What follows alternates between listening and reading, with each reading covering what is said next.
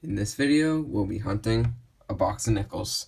We'll be looking for anything older than 1960, including war nickels, buffaloes, or anything older.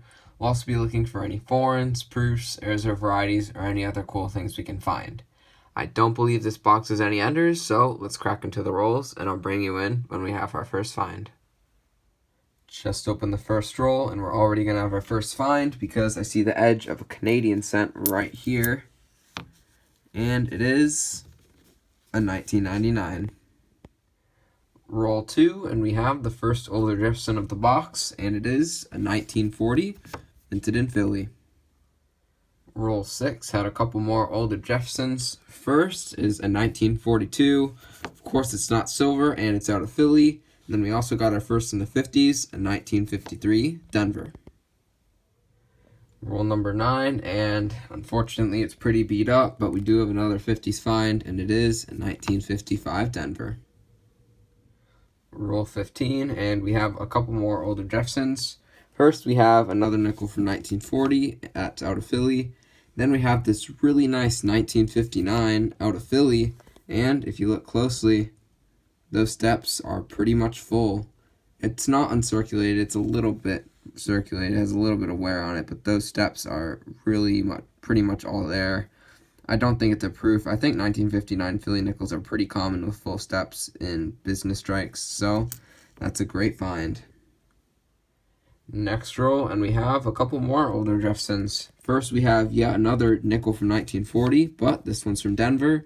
Then we have a 1958, that's also from Denver.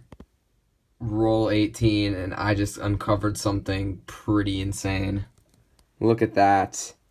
That is a 1943 35% silver war nickel, and it looks AU. It is in fantastic condition, and it is a Philly, and look at the steps. It has really good steps on it as well.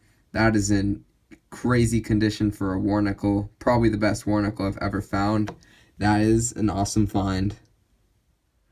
Roll 22, a couple more older Jeffersons. First, we have our first nickel from the 30s, but of course, it's just a 1939 out of Philly. It's not the DDR, but still, it's the first 30s nickel of the hunt.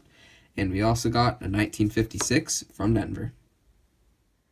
Next roll, another find from the 50s, and it is just a 1959 from Denver. Roll 33, and we finally have another find, and it's another old Jefferson. Another nickel from 1940, I believe that's the fourth of the box, and it is from Denver. Next roll, another find from the 40s, and this one is a 1946, minted in Philly. Roll 37, and we have yet another nickel from 1940, number 5 from 1940 of the box, and it is another Philly. Next roll, another find from the 40s, and this one is 1948 from Philly. Roll number 40, and we have another find from the 50s, and it's our first find from 1957 of the hunt, and it is from Denver.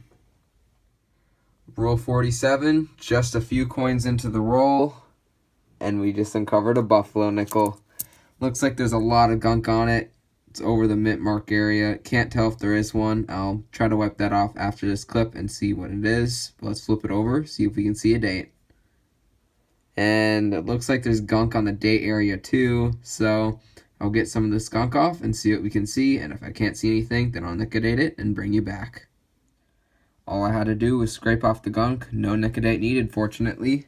Did the back first, and there is a mint mark. And it's a Denver mint mark. And it is a 1934 Denver. It's not a better date or anything, but still, it's a buffalo nickel with a mint mark, and even though it's in pretty rough shape, any buffalo is still an awesome find. Roll 49, another find from the 40s, and this one is 1941 from San Francisco. Last roll of the box is going to produce one last find, and it is 1953, minted in Philly. Now let's go on to the wrap-up. Nickel box has been hunted, so let's go over the finds. We ended up with 16 S mints, 1 foreign, that 1999 Canadian. Usually get more foreigns, but still, that's alright. And then we got 1 2009 out of Philly. Older Jeffersons, we got a little bit light on the finds, but still, we got this really nice 1959 with almost full steps. And we did get one from the 30s, that 1939 Philly.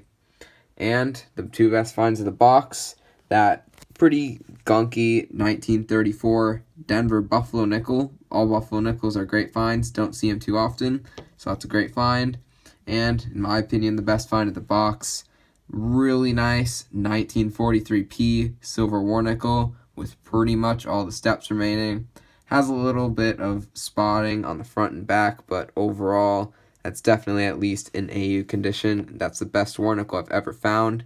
And even though the finds were a little bit light, we had some quality finds, which made it a great hunt.